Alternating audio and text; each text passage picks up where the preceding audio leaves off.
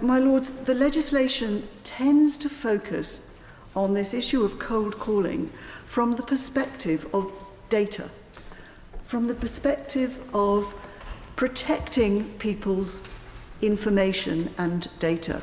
But actually, my Lords, this issue of cold calling and banning cold calling should be considered, and from a customer perspective, needs urgently to be considered as one of business selling practices. And that is very different from the concept of protecting someone's data.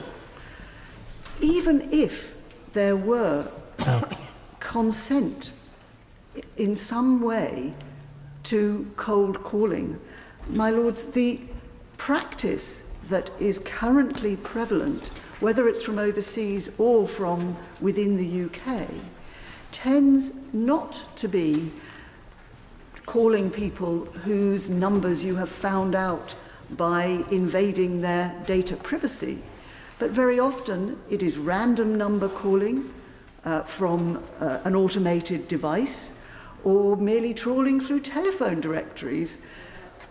Even those people who have signed up to the telephone preference service receive cold calls. So effectively, cold calling is already banned.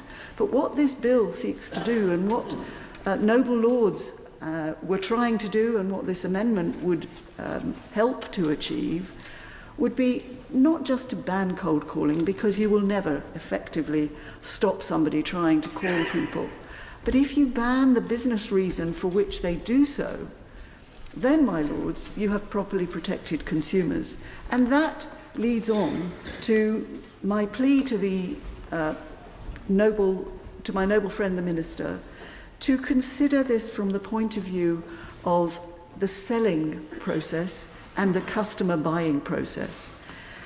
And if we ensure that the regulators in charge of the sales process do not permit the use of data that has been obtained from an unsolicited call in any form, that, as we have already done for mortgages, will be much more likely to ensure the kind of protection that I know my noble friend the Minister and the government wishes to achieve.